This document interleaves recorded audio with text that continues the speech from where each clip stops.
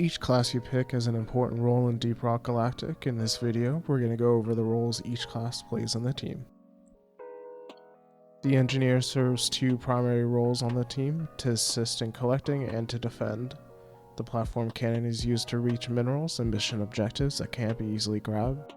You'll make the scout on your team really happy if you place a platform to reach that gold in the ceiling. It can be a little more versatile in its usage if you have enough ammo, but usually there's better options where the platforms aren't as effective.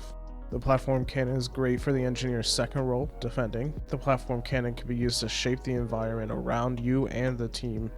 The driller can make cover for the team by digging away dirt, but the engineer can create ceilings and walls of platforms around the team for cover. Making good cover around the team turns a poorly defensible area into one you can survive in, which is especially crucial on higher difficulties or more difficult missions.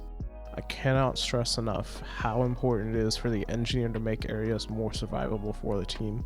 Single-handedly, most of my failures on the highest difficulties are because the team gets overrun in an area that we could have made better. The area could have been more defensible against the swarms and swarms we died to.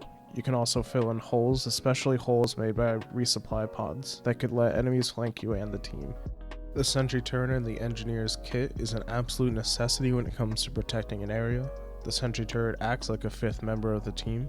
It does some serious work on crowd control.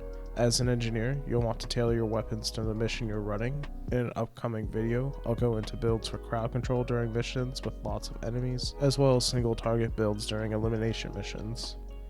The scout has a few roles inside and outside of combat. Outside of combat, scouts are the fastest class due to a grapple. Good scout players call for assistance when they find items, and a good engineer makes a platform for scouts to reach the items. The majority of Deep Rock's missions require some sort of collection, which makes the scout a valuable addition to a team. On paper, this doesn't sound very useful, but can make or break a successful epic deep dive, which is currently the game's quote-unquote hardest type of mission. In the hardest missions, speedily going through the cave system means completing the mission objectives faster, which means less swarms of enemies that get spawned. In the highest difficulties, enemies spawn more often and with more enemies. Ammo and health get expended more quickly surviving, so going too slow can almost always lead to definite failure.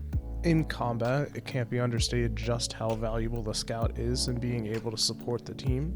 With the amount of light the flare gun offers, it makes enemies visible earlier. The majority of the enemies in Deep Rock are melee enemies, which means they're very dangerous up close.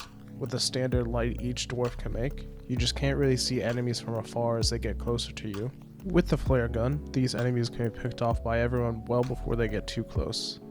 Unfortunately, the combat for the scout is one of its weaknesses. Sure, in average difficulty levels, you never really notice the scout being fairly mediocre at crowd control, but in high difficulties, it takes an extremely experienced scout player to not be overwhelmed with the amount of enemies coming at them. The scout's crowd control weapons rely heavily on precision, and without that precision, the scout doesn't have the ammo reserves and lethality to hold the line like the other classes do.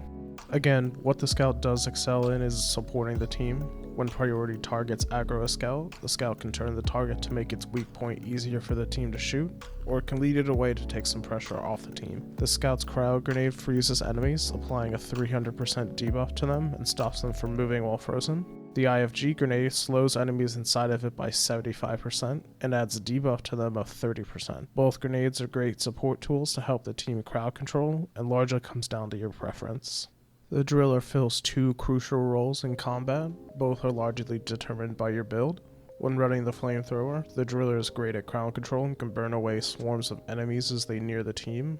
The flamethrower will torch most of the smaller enemies you'll get overrun by, though it will have trouble with the glyphid guards and oppressors due to their fire resistance. Glyphid slashers, guards, oppressors, and shellbacks will resist the flames, but Mactera spawn and goo bombers take extra damage to the flames. With the cryo gun, the driller is still fairly useful at crowd control, but the gun really shines at freezing heavily armored enemies. Frozen enemies like oppressors and dreadnoughts are stopped in their attack animations and take 300% more damage from kinetic weapons. The impact axe and the sabata will make use of these buffs to help the driller do more damage. The best part about freezing oppressors and dreadnoughts is that you're buffing the damage of the gunner and engineer's shotgun and minigun. Like the flamethrower, shellbacks and oppressors are also resistant to the cryo gun's freeze damage. For exploration and completing missions, the driller leads the team through the cave system through tunnels. The tunnels the driller makes can safely move the team in any direction of the cave as long as there is rock to drill into. This includes getting to mission objective items that may be hard to get to, nitro for ammo, gold for XP and money, and drilling a tunnel back to the drop pod at the end of a mission. The gunner's role is to devastate at single target damage or at crowd control, both depending on your build. Much like the engineer, the gunner is very strong at holding his ground and defending an area. The weapons in the gunner's kit are pretty beginner friendly, just hold the trigger and mow anything down that moves. As long as you're not wasting your ammo and picking up more from resupply pods at a steady pace, you should always be able to keep up with the swarms that spawn, even in higher difficulties. In high difficulties with a lot of enemies spawning, the gunner is crucial at holding the line for the team so they don't get overrun. The gunner is arguably the best at crowd control, so you should be killing or assisting in killing as much as possible. The gunner's deployable shield that can be dropped onto the ground makes him even stronger at defending. If a teammate falls, the gunner can keep the mission alive by dropping the shield on the fallen dwarf for a safe revive. All of his grenades deal damage spread over a fairly large area, which helps keep the gunner's crowd control momentum going during one of his long reloads. He suffers from slow movement while firing, which can be made up for with his zipline, and long periods of downtime when needing to reload or wait for his gun to cool down. Putting a zipline above the ground enough to not get hit by melee enemies below is a strong way to make up for the loss of movement the gunner faces while firing, because the zipline's speed isn't affected. The zipline also helps the team move over gaps safely and quickly. For mining missions and collecting items in general, the gunner is more of a bodyguard. He escorts the ones going after the items and shoots the enemies that try to stop the rest of the team from doing their jobs. To recap, the engineer's role in the team is to defend and lock down a zone from being overrun and to make it easier to complete collection objectives. The sentry turret shoots anything in the area, and the platform cannon can be used to shape the environment to be more defensible and to help the scout get to hard to reach places. The scout's role in the team is to quickly collect mission objectives and to support the team. The scout can support the team with its Cryo Grenade, which freezes enemies and applies a 300% debuff to them, or the IFG Grenade, which slows down enemies inside it and applies a 30% debuff. The scout's flare gun is an often overlooked team support tool. The light it adds to a cave makes it easier for everyone to kill swarms before they get too close. The driller's role is to torch or freeze anything that gets too close to the team, the flamethrower for killing groups of enemies quickly, and the cryo gun for supporting the team. With the cryo gun, frozen enemies get the 300% debuff applied to them, which can be helpful on high priority targets.